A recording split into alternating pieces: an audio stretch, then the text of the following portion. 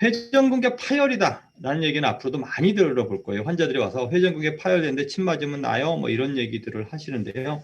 결론적으로 말하면 파열이 단열이 아니라 파열이에요. 파열이라는 건 일부 뜯어지는 거거든요. 우리가 바지가 뜯어진다고 바지를 버리진 않죠. 요새는 다 버린다. 참. 뭐라고 표현해야 되나? 바지 옛날에 짜집기라는 거 해보시는 거, 짜집기 아시죠? 비싼 잠바 샀는데 터졌어. 그러면 짜집기 하죠. 뭐 돼가지고. 예? 다 찢어지는 게 아니고 다 끊어지는 게 아니고요. 파열되는 거예요. 일부 뜯어지는 거예요. 이렇게 단열 이렇게 딱 끊어지는 게 아니고 이런 식으로 뜯어지는 거라고 보시면 돼요. 그렇기 때문에 완전히 또 끊어진 경우는 수술해야겠지만 이렇게 또 끊어지는 경우는 없다라고 보시면 돼요. 저렇게 딱 끊어지는 칼로 째는 게 아니기 때문에 일반적인 생활하면서는 이렇게 파열되거든요. 일부 파열돼 가지고 나중에 보면 이제 MRI 찍으면 염증이 막 있고 그러는데 대부분 다 좋아집니다. 그러니까 우리가 쉽게 생각해 보시면 돼요. 생각해 봅시다. 우리 200년 전에까지는 어깨가 끊어지거나 디스크가 터지거나 그럼 그때 당시엔 사람들이 다 디스크 걸린 사람은 평생 누워 있고 어깨 태워된 사람들은 평생 팔 안 쓰고 살았을까요?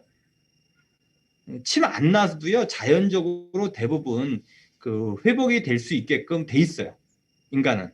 그래서 자연 치유력이라고 우리가 얘기를 하는 거고요. 침이나 이런 것들은 그거를 조금 더 도와주는 그런 역할이라고 보시면 돼요. 근데 좀 더 잘 도와주게끔 하려고 공부를 더 하는 거고요. 이해를 잘하면 좀 더 잘 도와줄 수 있는 거고요. 이해를 잘 못하면 잘 많이 못 도와주는 거죠. 그 차이인 거지. 대부분은 서전들의 관점에서 보면 수술을 안 하면 못 살 것처럼 느끼지만 그렇지 않다라는 거예요. 그래서 여기 이제 이게 거칠거칠해져서 이게 끊어지게 되면 여기다가 이게 핀을 박아서 당겨요. 이렇게 줄을 당겨가지고 박는데요. 그러고 나면 이 어깨 가동 범위가 확 줄어들고 그 퇴행성 변화가 많이 생기셔서 이렇게 떨어지지는 않는데 이런 식으로 떨어지다 이제 그림을 그려놨죠. 그래서 이렇게 당겨서 붙이게 하는데 오히려 어깨의 움직임이 더 나빠져요. 대부분의 경우는 침 맞은 사람들보다는. 그래서 저는 어깨 파열된 사람은 치료를 굉장히 많이 했는데 파열된 사람 중에서 수술을 하러 끝내 간 사람은 없었어요. 제 경우에서는. 그러니까 파열됐다라고 너무 걱정할 것도 없고요. 저도 처음부터 파열된 사람들을 막 보기 시작한 건 아니었어요.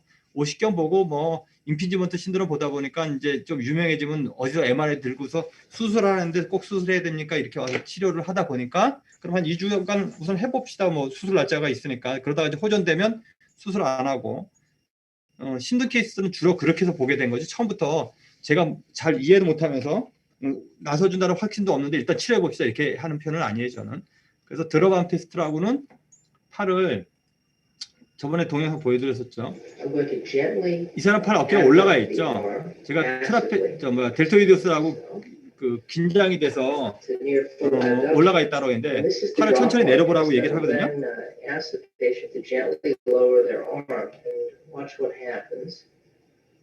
뚝 떨어지죠. 그러면서 어떻게 돼요? 이쪽 어깨가 이렇게 올라가 있어요. 그래서 어깨 환자가 왔는데 이렇게 올라가 있잖아요. 그러면 어깨가 통증이 굉장히 심하거나 어디가 파열됐을 가능성이 있겠구나 라고 생각해 볼 수 있어요. 그래서 저렇게 파열되어 있는 사람은 극상근건 건염하고 거의 동일하게 치료를 해요. 대신 파열된 사람은 암슬링이라고 이렇게 팔을 끼고 다니는 이렇게 팔걸이를 하고 다니라 그래요. 한동안 침 맞을 동안. 왜냐하면 우리가 팔 무게 때문에 저 뜯어지는 게 점점 더 뜯어지겠죠. 그래서 뜯어지지 않게끔 하기 위해서 환자로 하여금 꼭 그 팔걸이를 당분간 하고 다니라고 그렇게 얘기를 합니다. 잠깐만 왜 이쪽 넘어갔어.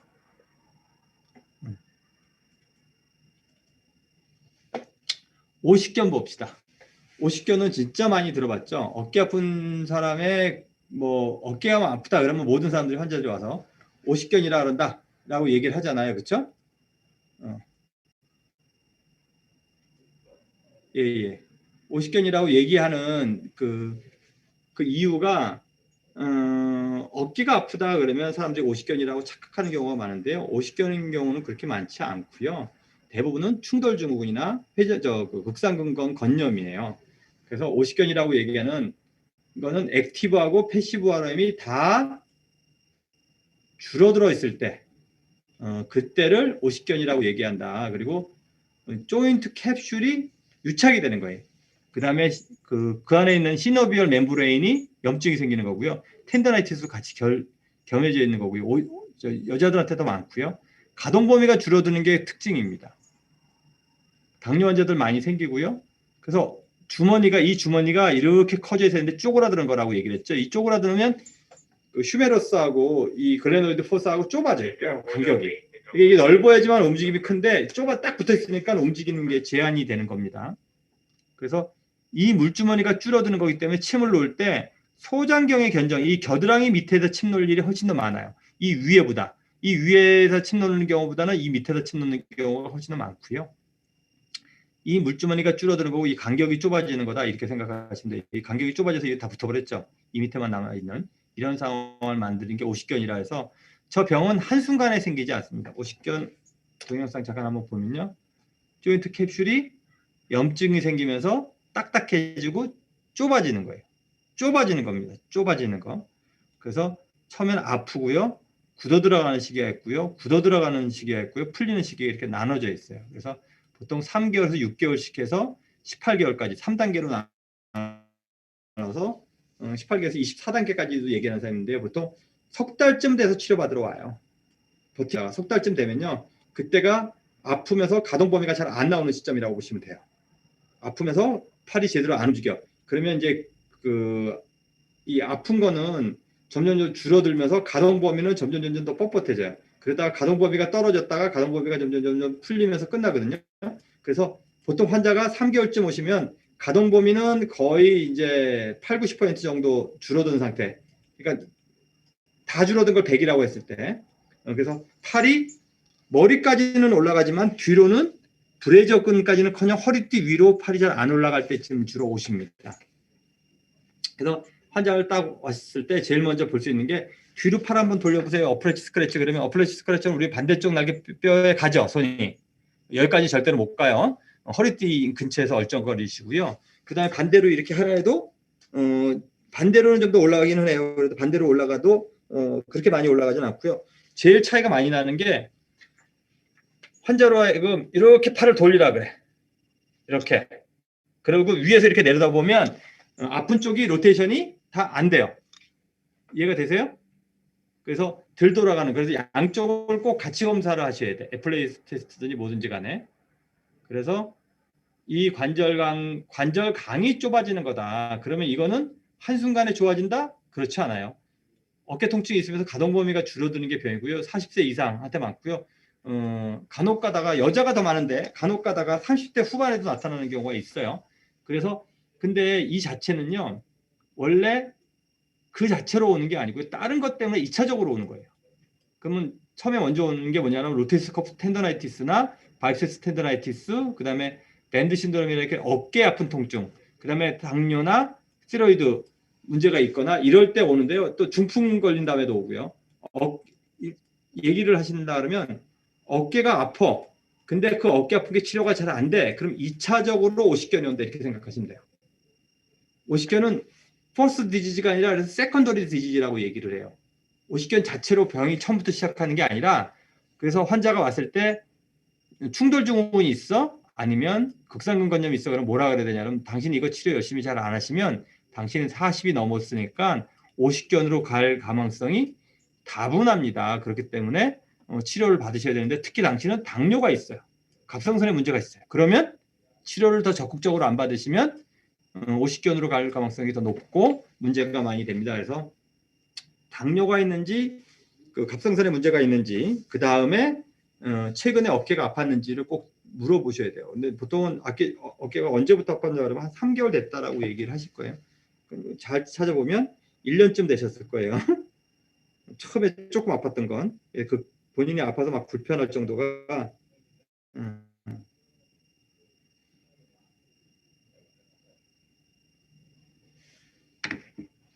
그래서 오십견 환자들 제일 문제는 뭐예요?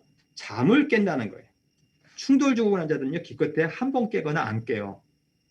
오십견 환자는요 밤에 3번 이상 깬다고 보시면 돼요.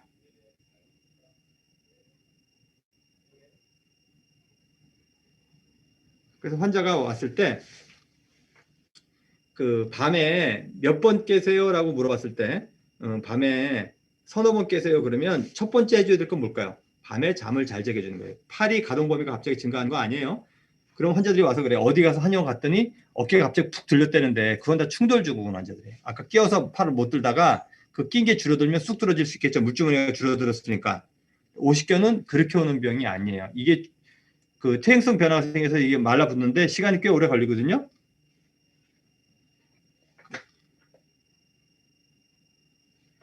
그래서 좋아지는데도 3개월 이상은 걸리신다고 보셔야 돼. 병이 만들어지는데 3개월 걸렸는데 좋아지는데 3일 만에 나아지면 이상하죠. 병이 만들어진 만큼 고전되는데도 고생을 합니다. 그래서 패시브, 액티브 전부 다 줄어드는 거를 오십견이라고 얘기를 한다라고 아셔야 돼요. Frozen shoulder, also known as adhesive capsular, common condition characterized by pain and limited motions of the shoulder joint. Symptoms usually begin gradually, worsen with time, and then resolve on their own, typically within a couple of years. The shoulder joint is enclosed in a layer of connective tissue, called the shoulder capsule. In frozen shoulder, this capsule is inflamed, thickens, and becomes tight. 캡슐이 염증을 This 이렇게 makes shoulder 딱딱해지는 거예요. movements difficult and painful. Frozen shoulder develops in 3 stages. The freezing stage is characterized by increasing shoulder pain. The pain is usually felt over the outer shoulder area and sometimes on the upper arm. The frozen stage is marked by progressive loss of shoulder movement, while painful symptoms may actually improve. In the thawing stage, shoulder motion slowly improve. Patients regain. 저는 보통 프리징이라고 안 부르고 보통 페인풀 시기라고 하고 프로진 시기라고 하고 소온 시기라고 보통 저는 그렇게 표현해요. 처음에 아픈 게 제일 큰 문제예요. 팔 못 움직이는 환자들이 아유 팔 못 움직이는데 참을 수 있는데 밤에 아파서 잠만 자는 데만 지장 없으면 좋겠어 이렇게 얘기를 하거든요. 그 다음에 이제 굳어 들어가는 거 풀려지고 완전히 완화되는 그런 시기를 가신다고 보시면 돼요. 그래서 제일 많이 하는 건 애플리 스크래치 테스트. 아까 그분하고는 날개 쭉지가 이 사람은 살이 많아서 훨씬 더 덜 움직이는 것처럼 보이죠. 그래서 이렇게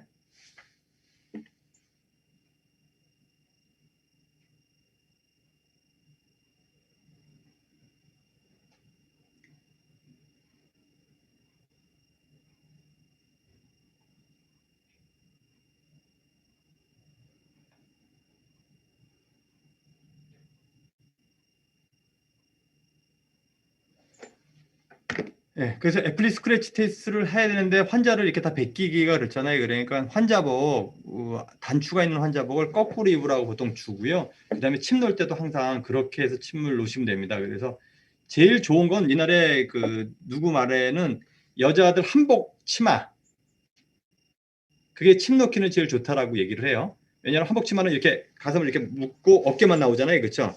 그래서 침을 놓을 때는 한복 치마 를 입게끔 그렇게들 주로들 많이들 합니다.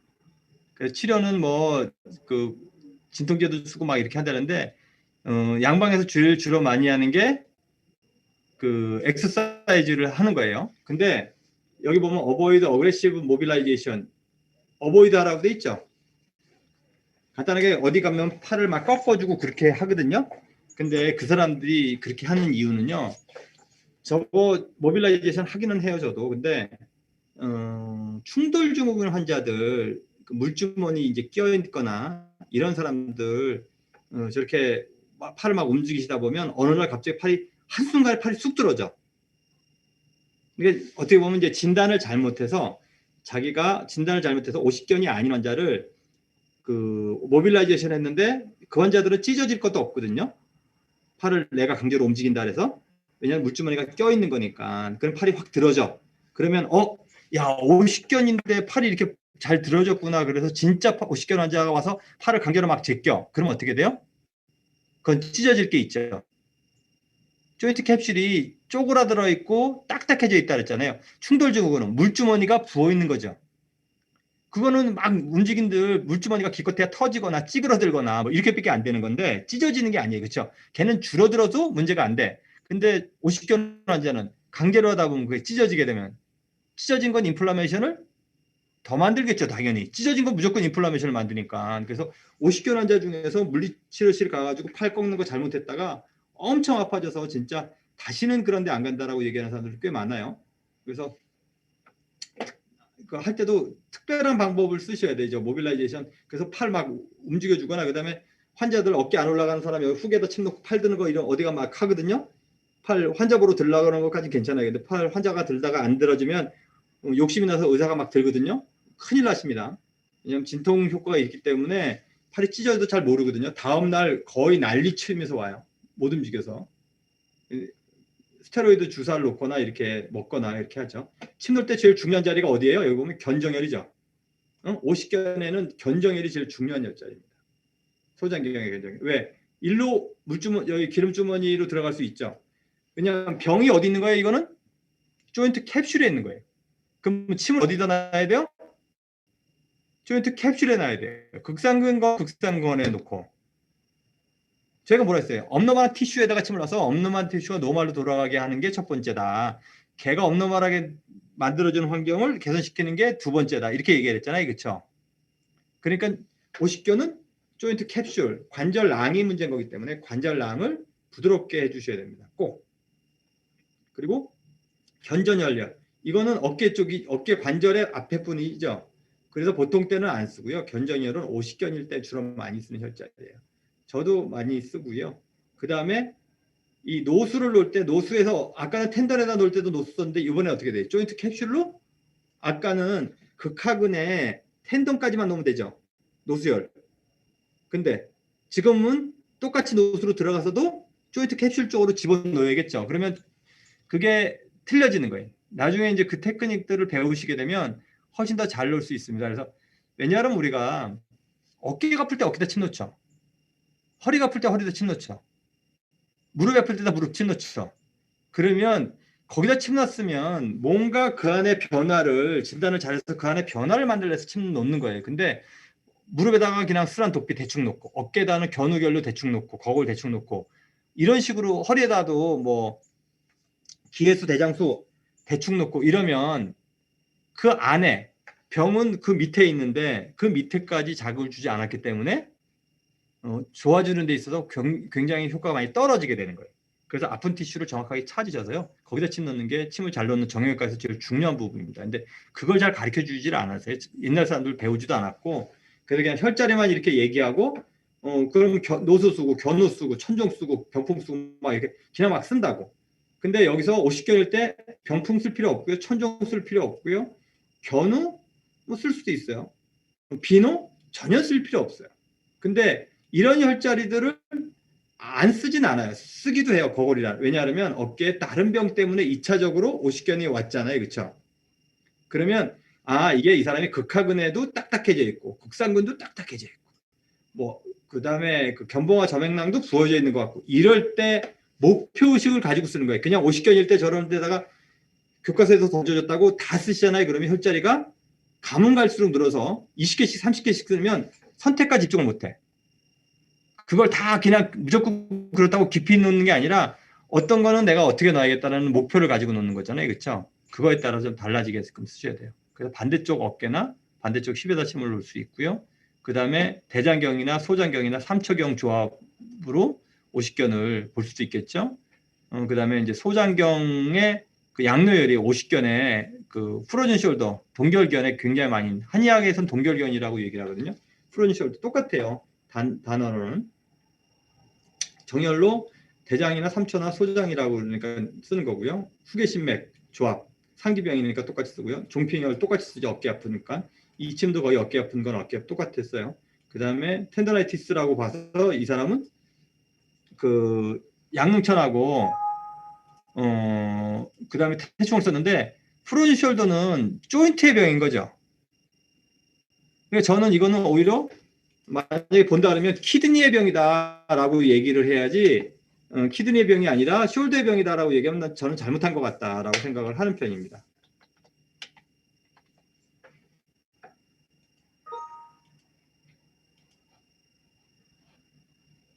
그래서 여기서는 이 사람이 텐더나이티스처럼 생각을 하는데 텐던의 병도 아니고요. 리가멘트 병이 아니기 때문에 간의 병이다라고 보는 거는 적절하지 않다. 오히려 신의 병이다라고 보는 게 더 맞을 것 같아요. 한의학으로 본다 그러면, 깊이로 본다 그러면. 저는 그래서 오십견을 어떻게 치료하느냐? 저장한테 꽤 걸리네. 저는 제일 먼저 오면 환자들, 제가 위에서 각을 본다 그랬죠. 위에서 어느 정도 로테이션 되는지 양쪽 어깨를 비교하는 검사를 합니다. 그래서 ROM을 철저히 보고요. 왜냐하면 액티브 ROM과 패시브 ROM이 다 줄어들어 있는지 보려면 액티브 ROM을 먼저 보고요. 액티브 ROM에 사실은 환자들이 이거는 잘 안 된다라고 얘기해도 충돌 증후군, 이게 안 되거나 이게 안 되진 않아요. 충돌 증후군 환자는. 왜냐하면 충돌 증후군 때 극상근과 견봉화 점액낭만 문제가 있는 거죠. 그러니까 다른 가동 범위에는 지장이 없고요. 이것만 안 들어진다고 보통 얘기를 하거든요. 그러면 충돌 증후군 모든 범위의 가동 범위를 다 보고요. 그 다음에 제가 가서 패시브하게 이렇게 돌려줘 보는 거예요. 이렇게 라테럴 로테이션 할 때. 그때 아파요, 못 돌리겠어요, 이렇게 얘기를 하거나 이러면 오십견이라고 볼 수 있는 거예요. 이렇게 로테이션. 그 다음에 원래는 이런 식으로, 근데 여기까지 올라간다? 아유, 여기까지는 절대로 안 올라가요. 그래서 뭐 T7, T7인지 T12번인지 뭐 이렇게 보라 했는데요. 그건 다 거짓말이시고요. 그렇게 보잖아요. 그러면 치료할 일이 없어요. 보통도 자기가 여기밖에 안 가는 사람이 있을걸요? T7 정도까지 뺏기? 보통은 어디까지 하냐면 여기 와 있어요, 손이. 환자들이. 그래서 저는 어떻게 하냐면 엄지손가락에서부터 대추까지 줄자로 딱 재요. 정확하게. 왜냐하면 환자가 와서 똑같아요라고 얘기하거나 좋아졌어요라고 얘기했는데 그 사람 말만 그렇죠. 그래서 가동 범위가 좋아졌는지 보려고 여기서부터 여기까지의 길이, 이게 가장 객관적으로 오십견이 좋아지는지를 보는. 그래서 처음에 만약에 이 중앙선까지 안 오잖아요. 엉덩이 동맥 있는 데까지 엄지손가락이 안 오면요. 여기 있잖아요. 그러면 여기서부터 동맥까지의 거리를 재요. 이해가 되세요? 내가 손을 이렇게 돌리는데 손끝이 여기까지밖에 안 가. 그러면 거기서부터 동맥까지 중앙선에서 12cm쯤 떨어져 있다. 엄지손가락, 중지손가락이. 그렇게 얘기하고 중간에 오잖아요. 그럼 중간에서 들어 올리라 그러면서 어느 만큼 들어지는지. 그러면 환자가 똑같아요. 그래도 저번에 34cm였는데 보통은 이제 34cm에서 37cm 사이 있거든요, 사람들이. 그러면 오늘 32cm입니다. 이렇게 얘기를 하고 이제 좋아지는 걸 볼 수가 있겠죠, 본인이. 그리고 그 환자를 자기가 그 옆에다가 벽에다 종이 보드를 이렇게 써놓으셔야 돼. 그래서 환자로 하여금 옆으로 서서 손가락이 올라갈 수 있는 데까지 올려서 손가락을 찝으라 그러고 거기다 날짜를 딱 써놓거든요. 몇 월 며칠 누구. 그러고서 이제 다음번에 얼마나 올라갔는지 집에서도 그걸 해보시라 그래야 돼. 얼마만큼 호전되는지.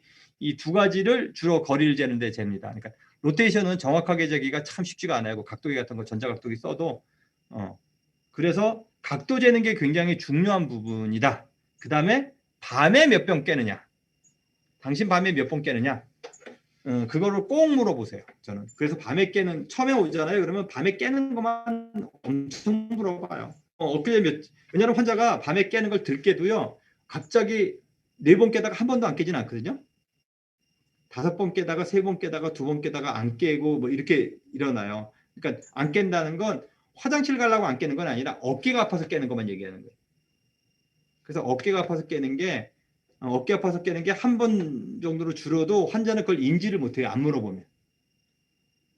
안 깨는 게 당연한 거잖아요. 그렇죠? 그러니까 자기가 5번 깨다 3번 깨다 2번 깨도 그거를 좋아졌다고 생각 안 하는데 그러니까 안 물어보면. 그래서 환자가 오면 처음에 당신이 밤에 몇 번 깨게 했는지 보겠습니다라고 얘기를 하고요. 그래서 차트 첫 구절에 밤에 몇 번 깼으면 이렇게 써요. 제일 먼저 물어보는 게 그거예요. 그 다음에 가동 범위는 차후의 문제인 거고요. 그래서 아픈 게 제일 문제고요. 그게 간단하게 밤에 파이브로시스가 너무 많이 되면 돌아 눕다가 찢어져서 아픈 거거든요. 팔이 안 따라가기 때문에. 근데 그게 파이브로시스가 안 되면 돌아 누울 때도 플렉서블하기 때문에 안 깨는 거예요. 찢어지지 않기 때문에. 그럼 염증은 이제 멈추는 거예요. 이해가 되셨죠?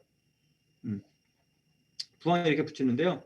이거는 사실은 뭐 정확한 그림이 아니라서 그냥 대충 붙이는데 저는 부항을 이렇게 띄엄띄엄 안 붙입니다. 따다다닥 붙여서 붙이고요. 그 다음에 롬보이디우스까지 붙이고 반대쪽에 붙이진 않아요. 이거는 뭐 그 이 자세로 붙인다고 이 자세로 침는다는 걸 보여주려고 동영상 인터넷에 찾아보니까 이게 있어서 하는데 간혹가다 후계나 속골 뭐 이런 데다 놓고 팔 움직이라는 거 하기도 하는데요. 그거는 침을 놨는데 팔 움직이는 게 너무 안 좋아져. 그럼 운동을 시켜야 되는데 움직이려면 아파서 처음에 못 움직이거든요.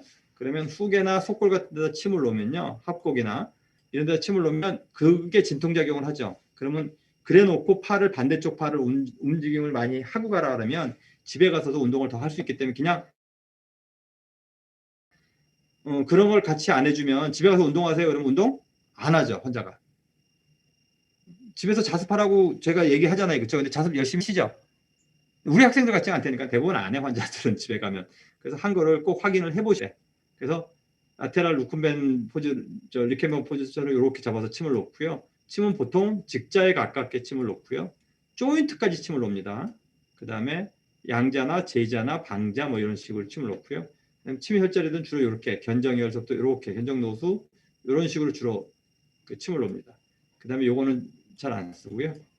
그 다음에 견전열 쓰고요. 전침 쓰고 그 다음에 따뜻하게 뭐 이렇게 해주셔도 되는데 이런 것들은 사실 하기는 쉽지 않죠. 저는 여기 전침까지는 주로 다 하고요. 요거는 환자들하고 하여금 집에 가서 핫백하라 그래요. 모션할 때 제가 아까 후계하고 속골 많이 쓴다라고 얘기를 했죠. 또 많이 쓰는 게 저는 지창하고 대추도 굉장히 많이 써요. 둘 다 굉장히 진통 효과가 좋을 만큼 센시티브한 포인트고요. 얼굴에다는 침을 놓으면 멍이 잘 들어요. 엄청. 얼굴이 손만큼 혈관이 많기 때문에요. 그래서 우리가 겨울에도 얼굴을 내놓고 다닐 수 있는 거거든요. 근데 멍이 잘 들으면 꼴 보기 싫잖아요. 근데 지창에다 침을 딱 놓잖아요. 그러면 지창은 멍이 가장 안 드는 부위 중에 하나예요. 그래서 지창에다 침을 놓고요. 또 침을 놓으면 환자가 말을 안 해. 그래서 좋아. 안 그러면 계속 뭘 물어봐. 잘 하지도 않을 건데. 뭐를 하면 돼요? 물리치료를 갈까요? 뭐를 할까요? 그러면 저는 지창에다 침을 이렇게 딱 놓으면, 근데 옛날에 중풍 환자 놓을 때는 금지 노객부터 놓고 시작했어요. 환자 중에서 말 제일 많은 사람이 중풍 환자예요. 중풍 환자는 제가 오늘 저녁에 짜장면 먹으려는데 먹어도 될까요? 대부분 본인이 알고 있어, 답을. 먹으면 안 좋을 것 같은 걸 나한테 물어보는 거야. 그럼 내가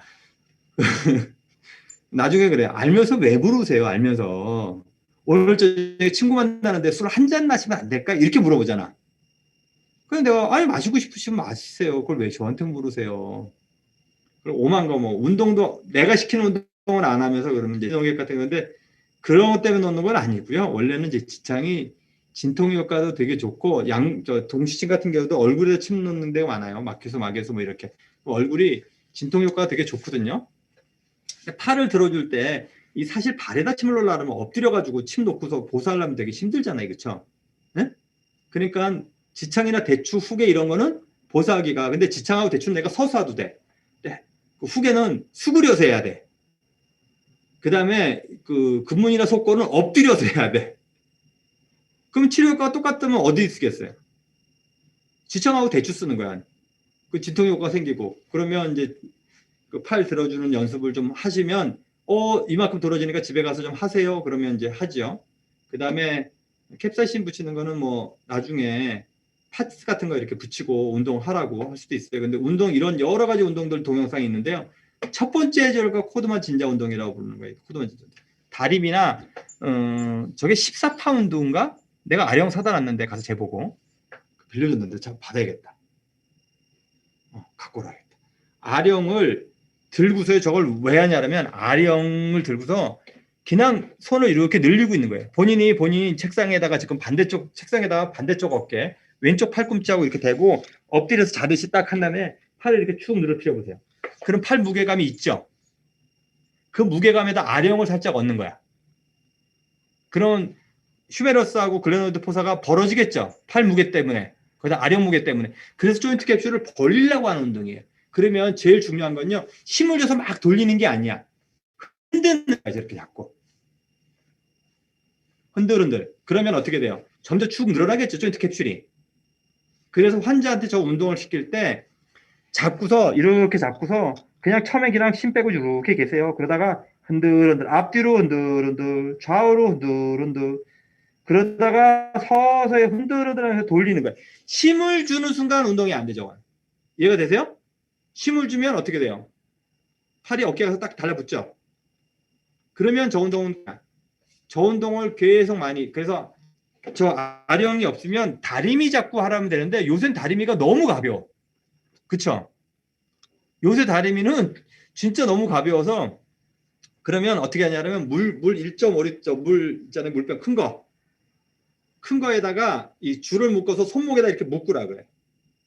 손목에다 감아서 그 이렇게 출렁출렁 흔들거리게끔 그렇게 해달라고 얘기를 해요. 그다음에 이 운동을 아주 잘 하시면 그 다음번에 이 운동을 시키는 거예요.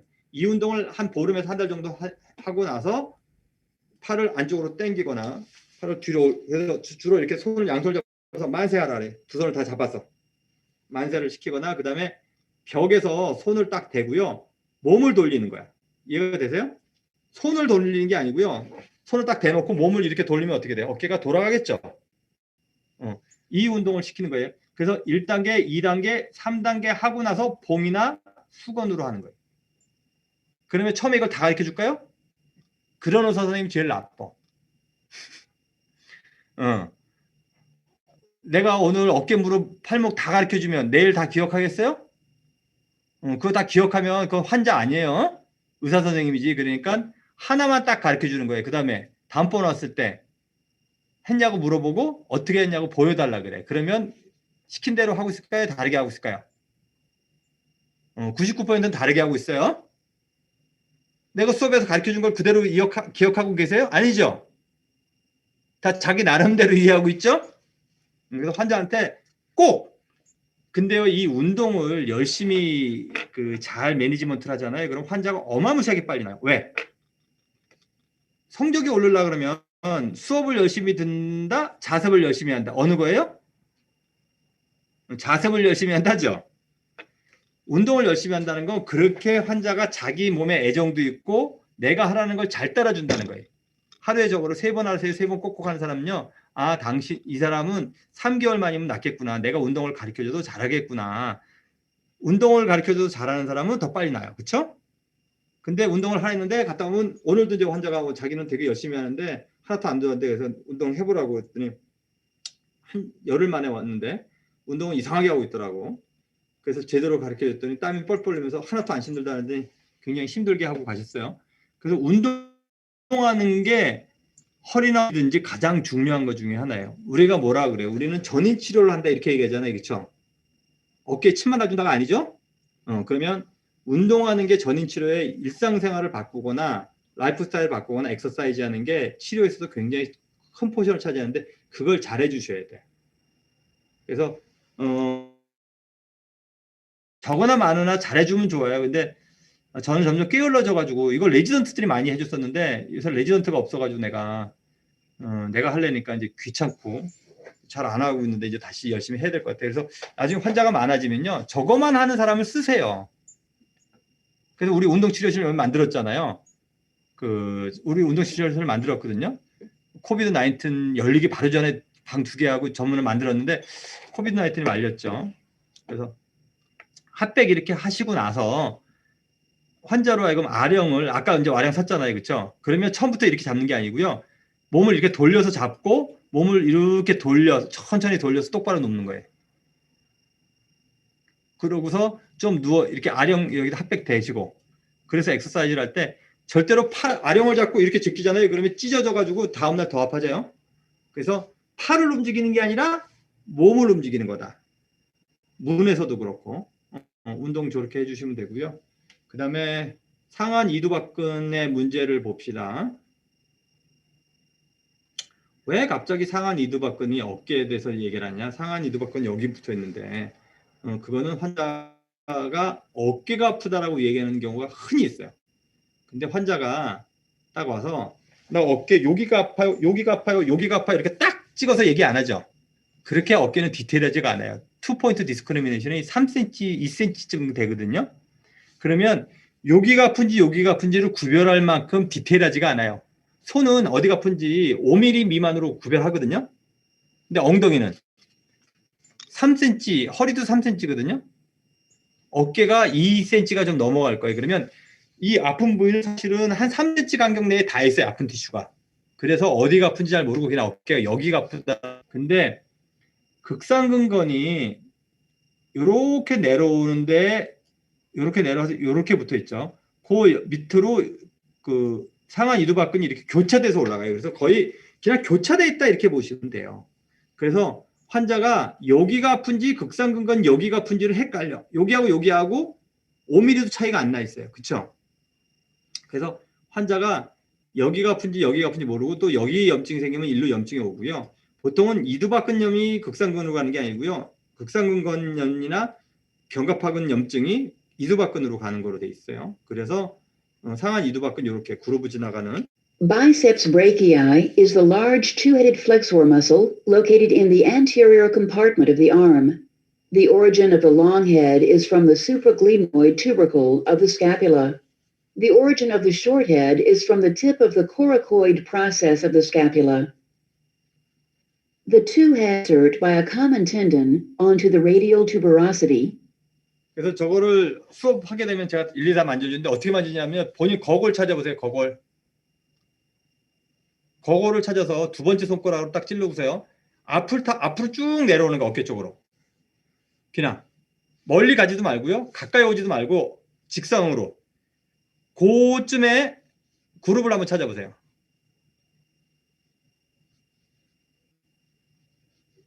그룹 찾아졌어요? 찾아졌어요? 안 찾아졌어요? 고기를 찾았는데 어떻게 하냐면요. 누르면 엄청 아파요. 거기가. 손가락으로 딱 누르잖아요. 그루브에를. 신지선 씨 찾은 것 같고 얼굴 보니까 최지숙 씨는 아직도 안 찾은 것 같아요. 너무 평온해. 장석철 씨 찾으셨어요? 예. 그래서 그 그룹을 잘 찾으셔야 돼. 이 그룹만 찾으면요. 어깨 치료는 거의 90% 끝났다고 보시면 돼. 견을 잘 찾는 게 중요한 게 아니고요. 이 그룹을 잘 찾는 게 더 중요해요. 우리한테는. 이 그룹을 찾으면 어떻게 하냐면 그룹 앞에는 뭐예요? 견갑하근이죠. 그 그룹을 찾았죠? 그룹을 살짝 와서 위아래로 이렇게 움직여 보세요. 그러면 아프죠? 네? 요게 견갑하근 텐던이에요. 그 다음에 다시 그룹으로 갔죠? 그룹 뒤쪽으로 가서 약간 위로 올라가서 문질러 보세요. 거기 새끈새끈하죠?